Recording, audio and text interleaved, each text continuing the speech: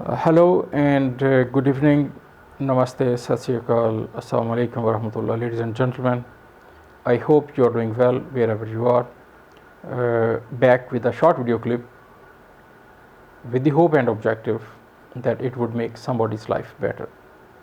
तो उसका चूँकि ऑब्जेक्टिव कम्युनिटी की वेलफेयर है, तो मेरी एक रिक्वेस्ट आप सब से होगी कि जो इन वीडियोस को देखते हैं आप काइंडली स्टूडेंट्स के साथ, जूनियर फैकल्टी के साथ, अदर स्टेक होल्डर्स के साथ आप शेयर ज़रूर कर दिया करें विद दी होप कि एक हम अच्छा मैसेज दूसरों तक पहुंचा रहे हैं तो उसका रिज़ल्ट अच्छा होगा अपनी सोसाइटी पे और अपनी कम्युनिटी पे।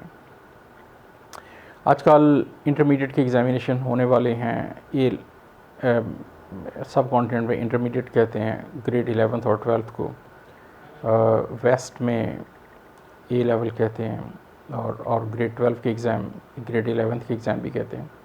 तो वो अच्छा, उसमें बच्चे चूँकि बहुत छोटे होते हैं, यंग होते हैं, तो वो लॉट्स ऑफ क्रैमिंग भी करते हैं विद इस माइंड में ये होता है कि मैंने हाईएस्ट स्कोर लेना है और हाईएस्ट स्कोर लेके मैंने फिर वो एंटर होना है आईआईटी में, आईआईटी बेंगलोर जाना है, यूआईटी लाहौर जाना है, इस तरह यूनिवर्सिटी ऑफ कैलिफोर्निया के इंजीनियरिंग स्कूल में या बिज़नेस स्कूल में एंटर होना है। तो ये एक बच्चों की डिज़ायर होती है that which is very good. आगे वही बच्चे बढ़ते हैं जो आगे सोचते हैं। तो अमेरिकन्स कहते हैं कि थिंक बिग प्लान बिग, और मुझे वहाँ यूएस में रह के ये समझ आई कि yes there is a lots of depth, कि once you start thinking big, once you start planning big, फिर बिग थिंग्स स्टार्ट हैपन। कि बड़ा सोचेंगे, बड़ा प्लान करेंगे तो कुदरत इन्वॉल्व हो जाती है फिर आपकी बड़ी सोच में और बड़ी प्लानिंग में। उसकी रीज़न क्या है कि कुदरत को, अल्लाह पाक को, नेचर को बड़ी चीज़ें पसंद हैं।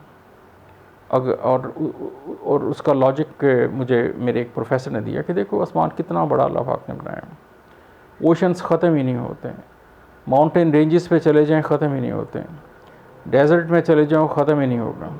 तो इट्स तो थिंक बिग प्लान बिग, कि नेचर को बड़ी चीज़ें पसंद हैं, गो फॉर दैट।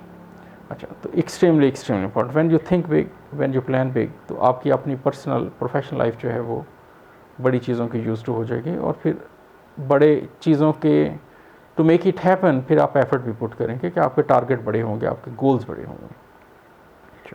तो अभी मैं जो डिस्कस करने लगा हूँ आपसे, आपके एग्ज़ाम आ रहे हैं और एग्ज़ाम की प्रिपरेशन के लिए बच्चे बड़ी स्ट्रेस में होते हैं। करें कैसे? 15 चैप्टर होंगे एक एक कोर्स के, 10 चैप्टर होंगे एक एक कोर्स के, एक एक चैप्टर में सब चैप्टर्स होंगे, सेक्शंस होंगे, सब सेक्शंस होंगे। तो वो हाउ टू डू इट। अच्छा, उसमें मैंने एक स्ट्रेटजी तो आपके साथ शेयर की थी कि आप ऐसे करते हैं कि सेगमेंटाइज कर देते हैं चीज़ों को, स्टेप बना देते हैं छोटे छोटे। फॉर एग्ज़ाम्पल, लेट्स से आपको पूछा गया कि एक ऐसा क्वेश्चन पूछा गया जिसके 5 पार्ट हैं, 5 बुलेट्स हैं उसके। अब आपके लिए चैलेंज है 5, तो इसके बुलेट हैं 5, फिर अगले किसी और के भी बुलेट हैं 5, फिर तो how to now remember that. Experts ने कहा कि जब हम चीज़ों को विजुअलाइज कर लेते हैं उसकी टेंडेंसी टू रिमेंबर बहुत ज़्यादा होती है कंपेयर टू जब हम वर्ड्स को देखते हैं। अमेरिकन्स कहते हैं कि 1 image is equal to 1000 words.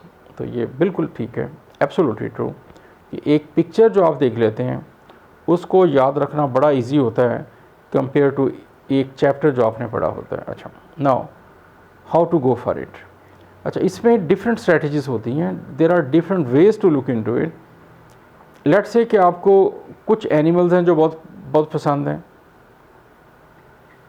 Elephant बहुत पसंद है बच्चों को, हॉर्स बहुत पसंद है बच्चों को, ज़ीब्रा बहुत पसंद है बच्चों को।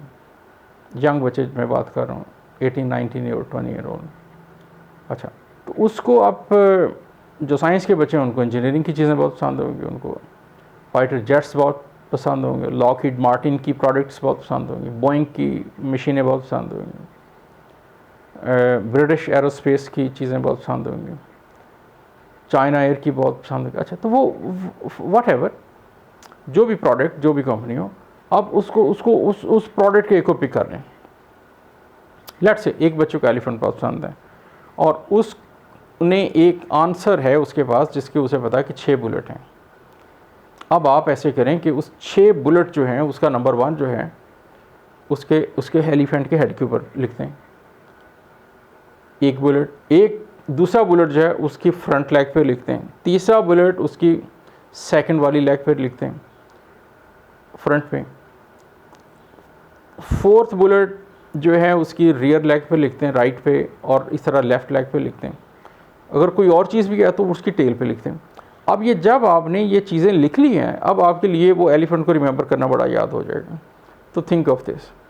अच्छा, फिर इसी तरह कोई और पॉइंट है आपके पास, क्वेश्चंस हैं, उसमें आप देखते हैं कि ये कैसा है। हॉर्स को देख लें, ट्री की पिक्चर आप बना सकते हैं, ट्री की 5 आप कर सकते हैं, 5 ब्रांचें, 6 ब्रांचें। अच्छा, तो इस तरह आप कॉन्सेप्चुअलाइज करेंगे। वो इमेज जब आपके माइंड में डेवलप हो जाएगा ना, पिक्चर आपके ब्रेन में होगी, आपकी थॉट्स में होगी, तो फिर भूलेगा नहीं आपको कभी भी। अच्छा, तो this is how you remember the chapters, this is how you remember the section, sub section. तो इसकी प्रैक्टिस करें आप। अच्छा, और ये अब ये नहीं है कि इसका मतलब आप हाथी बनाने बैठे हैं तो आपने 100% एलिफेंट की पिक्चर बना के उठना है। नहीं, आप एक कंसेप्चुअल एक बस पिक्चर बना लें एलिफेंट की, वो जैसे भी बनती है। लेग एक छोटी हो जाएगी, एक बड़ी होगी, तो वो elephant is gonna stay as it is, तो वो गिरेगा नहीं, आई एम श्योर, पेपर पे ही है, तो गो फॉर इट। तो लेकिन आप बना लो अपने इस तरह, और उनको आप फिर इन दिनों में जब आप रिवीजन पे हो तो उसको देख लिया करें, तो you will do the very good job. तो this is my advice to all of you कि आप इस तरह करें कि स्टेप्स को रिमेंबर करने का बेस्ट वे ये होता है कि डिफरेंट पिक्चर्स आप बनाते जाएं, पिक्चर्स के ऊपर आप वो लिखते जाएं, और वो पिक्चर्स को देखें फिर 3-4 दफ़ा, तो वो फिर आपको इतना अच्छा याद हो जाएगा कि आपको भूलेगा नहीं कभी भी। तो विद दिस ऑल्सो रिमेंबर कि this is not the last exam you are taking. There are many exams coming in your life. So just relax, sit in the exam, enjoy. Don't make it's the end of the world. There is no need to get into any kind of stress. Just enjoy, sit in the exam, and move forward. Thank you. Have a wonderful day.